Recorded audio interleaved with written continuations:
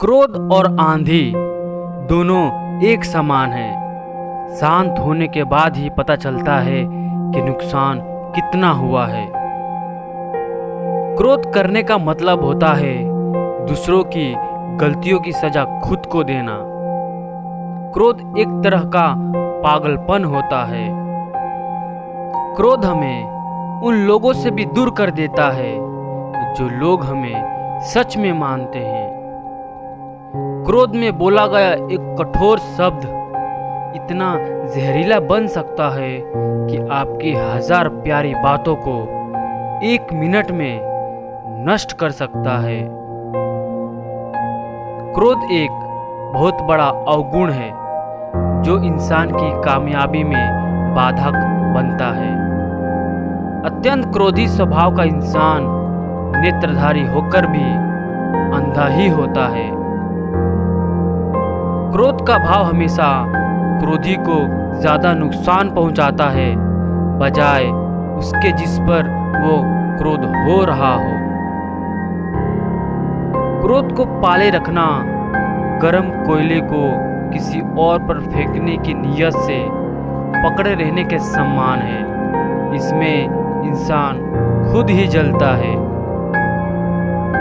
क्रोध मूर्खता से शुरुआत होता है और पश्चाताप पर समाप्त होता है। खौलते हुए पानी में जिस प्रकार प्रतिबिंब नहीं देखा जा सकता है, उसी तरह क्रोध की स्थिति में सच नहीं देखा जा सकता है। क्रोध वह हवा है जो बुद्धि के दीपक को बुझा देती है। क्रोध करने वाले लोग अक्सर जीवन में कुछ भी बड़ा नहीं कर पाते हैं।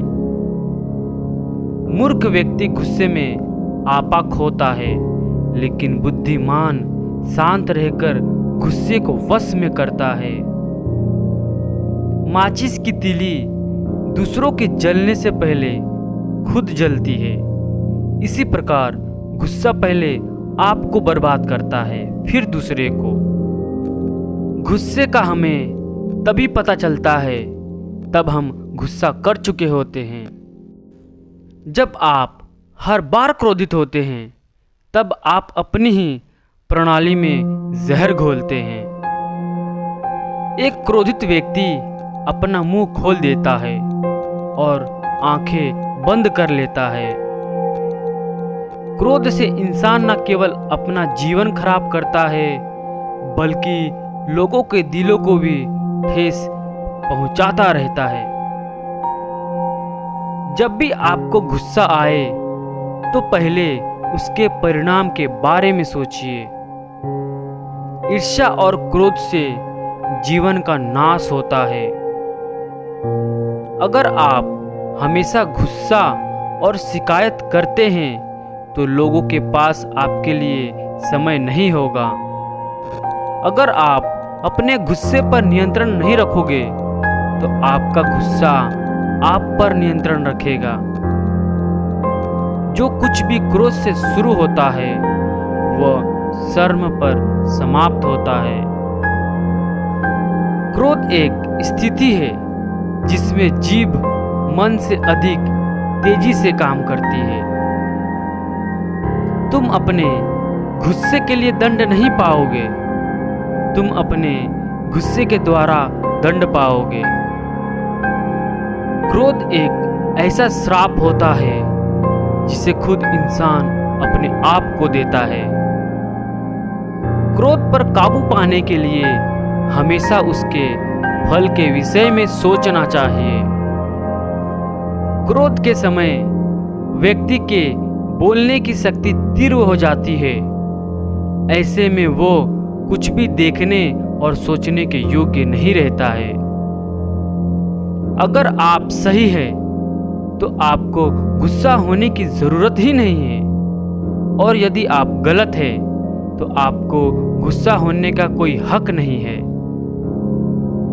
जो हमेशा गुस्से में रहे उसे छोड़ना जरूरी है। ऐसे मूर्ख इंसान का घमंड तोड़ना जरूरी है। छोटी सी बात पर अधिक गुस्सा करना फायदे का सौदा नहीं है। मौन रहकर जो लोग अपने क्रोध को जाहिर करते हैं, वास्तव में वो लोग रिश्तों की गहराई को समझते हैं। मौन रहना ही क्रोध को वश में करने का सबसे सटीक उपाय है।